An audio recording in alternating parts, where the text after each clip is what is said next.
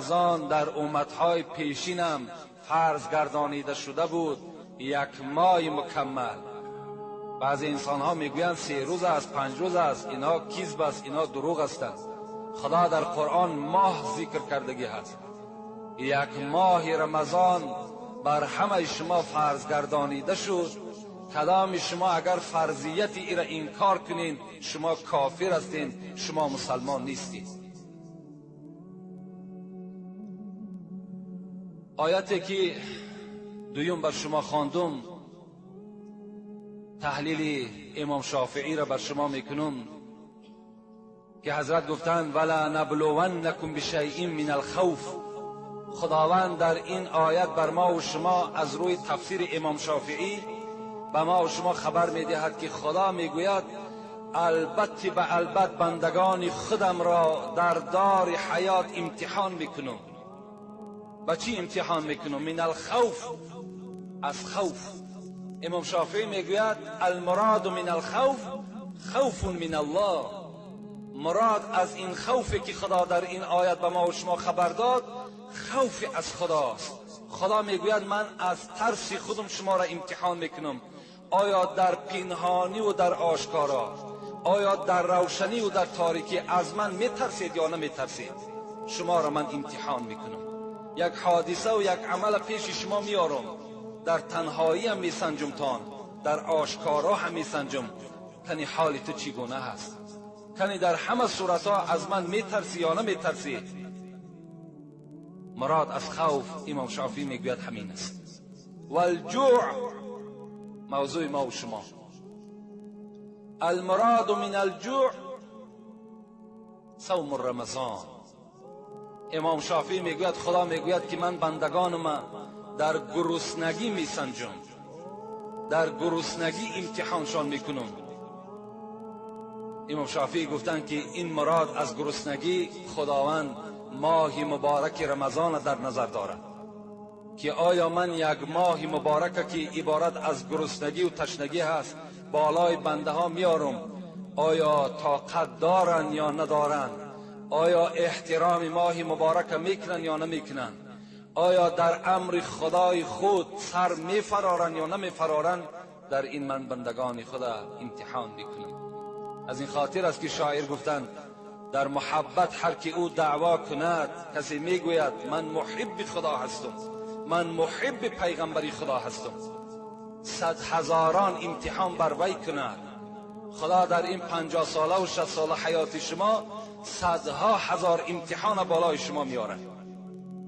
گر بود صادق کشد باری جفا. اگر دعواش حقانی باشد، در اصل محب خدا، محب پیغمبری خدا باشد، تمام این مصیبت، تمام این سنجشا را در گردن خود میبردارد و شکر میکند. گر بود کاذب گریزد از بلا. لیکن اگر دروغگو باشد، دعواش دعوای دروغ باشد، اینا در حال خودشان را خواه در حالت رمضان باشد، خواه در حالت خوف از خدا باشد، خواه در حالت یگان ضرر بر زراعتش باشد، خواه در حالتی که مصیبت بر خانش می آید، البته خودش را نشان می دهد.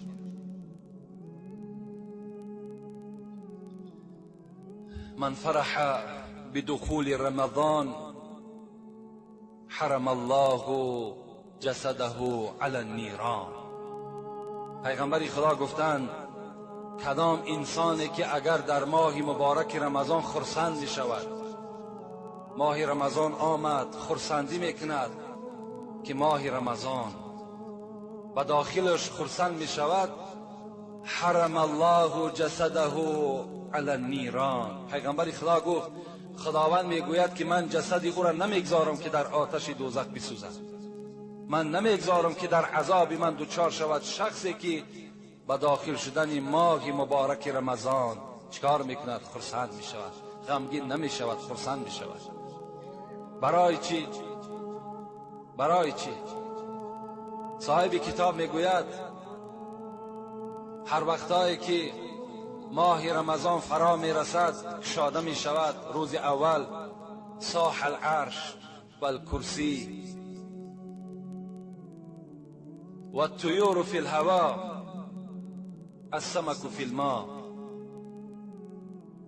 الشمس والقمر والنجوم ما دونهم یقولون. کرسی صدا میداده است، کرسی الهی، عرش صدا میداده است، ملائکه ها صدا میدادند، آفتاب، مهتاب، ستاره ها، پرنده های در آسمان، ماهی ها در زیر آب، تمام حشرات هایی که در روی دنیا جان دارند. صاحب کتاب دررة الناصحین میگوید همه اینها صاحه، فریاد میزنند. چی میگویند؟ میگویند طوبی لامت محمد صلی الله علیه و سلم بما عندهم عند الله من الکرامه. خوش به حال امت محمد صلی الله علیه و سلم با آن چیزی که در نزد خدا از برای اونها هست در این ماه مبارک رمضان. یعنی آن ثواب و آن اجرهایی که در این ماه مبارک رمضان است، اونها با خبر هستند، اونها میدانند. خوش به حال امت محمد که بر این ماه مبارک رسیدند. حدیث قدسی است که خداوند میگوید کل عمل ابن آدم له الا صوم فانه لی و انا اجزی به. چی میگوید؟ پیغمبر خدا میگوید، خداوند میگوید که همه عمل فرزند آدم از برای خودی وی است مگر روزه. روزه از من است، زیرا که بنده از خاطر من نه طعام میخورد، نه شراب بنوشد، نه همراه زنش خانه‌داری میکند، همه از برای من است. از این خاطر جزا و مکافات آدم روزه‌دار من خود میدهم. خداوند خود وعده کرده است لأن الحسنات مجتمعة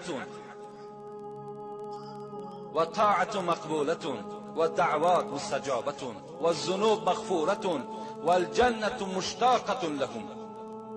صاحب کتاب میگوید زیرا اینکه در ماه مبارک رمضان نیکی های شما 1/700 ضرب کرده می شود. تمام طاعتی که شما نیم کاله هم که انجامش میتین خداوند اون قبول می سازد.